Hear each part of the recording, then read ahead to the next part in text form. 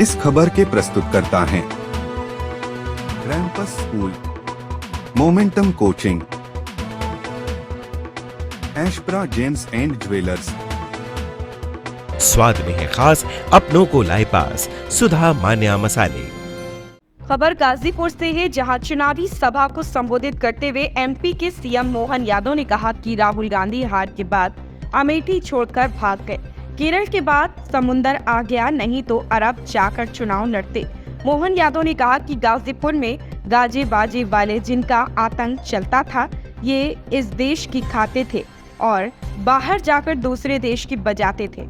CM Mohan Yadav ने कहा कि बीजेपी सरकार की हिम्मत है कि पाकिस्तान जिंदाबाद का नारा लगाने वालों को घर में घुसकर मारा। मोहन यादव ने कहा कि मोदी सरकार बनेगी तो हम मथुरा में मुस्कुराएंगे। उन्होंने कहा कि देश में तथाकथित 25 परिवार हैं जिन्हें सारे पद चाहिए। मोहन यादव ने कहा कि गुंडागर्दी करने वाले, बम फोड़ने वाले, गोली चलाने वाले ठिकाने लग गए। एमपी के सीएम मोहन यादव बीजेपी प्रत्याशी पारसनाथ राय के समर्थन में चुनावी सभा को संबोधित कर रहे थे। इंटरव्यू ले रही आज तक, और वो इंटरव्यू में क्या कह रही, बहुत अच्छी बात कह रही। उनके भाई साहब चुनाव लड़ रहे हैं, पहले अमेठी बर्बाद कर दी, अब रायबरेली की तरफ बढ़े हैं, या रायबरेली से लड़ेंगे? बताओ आप, चुनाव कभी हार जीत होती रहती है, लेकिन हार से इतना डर कि ऐसे भागे। लोग कहते हैं कि वो तो केरल के आगे समुद्र आ गया था, तो वायनाड से लड़े, ये तो अरब में जाके लड़ते, उनको तो जगह ही नहीं मिल रही, वो कहां तक भाग रहे।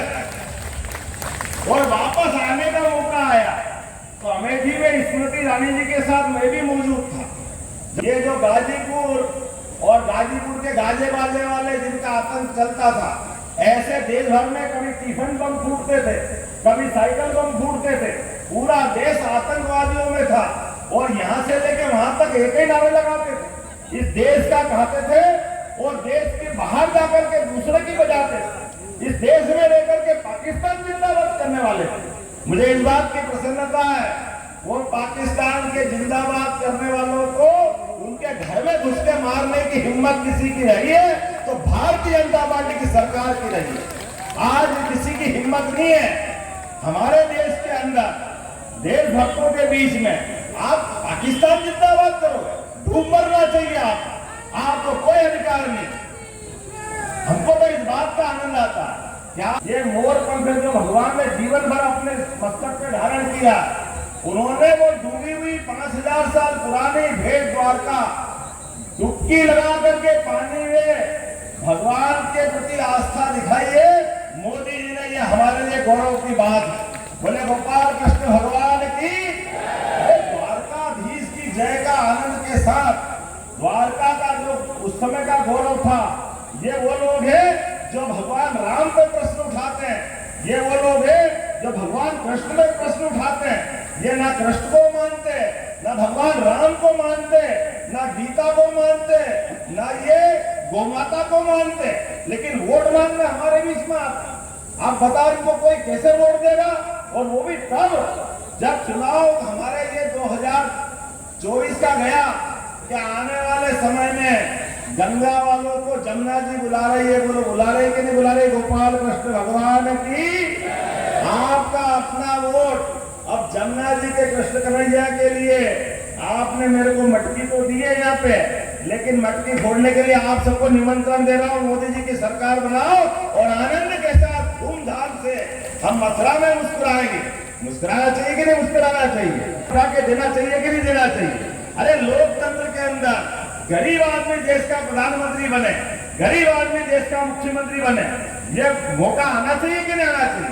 जब दुनिया का सबसे युवा देश भारत और सबसे बड़ा लोकतंत्र भारत, ऐसे में हमारे लोकतंत्र का गौरव ही है। लेकिन ये तथाकथित लोग इस पूरे देश के अंदर 25 परिवार है, केवल 25, इनके परिवार में ही सारे पद बढ़ जाते हैं। ये 25 से 26वां नहीं आने देते, इनके परिवार में ही सारे पद चाहिए। तो ये हमारे लोकतंत्र का एक तरह से कलंक है। इसको निपटाने के लिए हम सबको संकल्प करने की जरूरत है। और मिलते उत्तर प्रदेश में जिस प्रकार का माहौल बना हुआ है, सभी गुंडागर्दी वाले, सभी प्रकार के बम फोड़ने वाले, दिन दहाड़े गोली चलाने वाले आतंक के पर्याय ये ठिकाने लगे कि नहीं लगे हैं? कानून की सरकार स्थापित हुई कि नहीं हुई? मुझे जानकारी दी कि भाई साहब यहाँ कुछ यदुवंशियों के हत्याएं हुई, लेकिन हत्या वाली जगह पर यहाँ बड़ी पार्टी के लोग कोई नहीं गए, और जिनके द्वारा हुई उनकी कब्र पे फूल चढ़ाने जरूर गए। दुर्भाग्य की बात है इस देश के अंदर। भाई साहब उनके पास जाओ आपकी मर्जी, ना जाओ आपकी मर्जी, लेकिन निरपराध लोग यहाँ मारे जा रहे हैं, तो आपसे उनकी संवेदना नहीं होना चाहिए? जब आपसे उनका कोई संबंध नहीं तो वो क्यों वोट देने जाएंगे आपको? तारीख के दिन 25 तारीख को आपका वोट डलेगा। एक और अच्छा है, 5 दिन आओ, आनंद मनाओ, तो दुश्मन की छाती पे मूंग दलो, घूमो अच्छे से, एक एक वोट पकड़ के लाओ, भाजपा के पक्ष में डलाओ।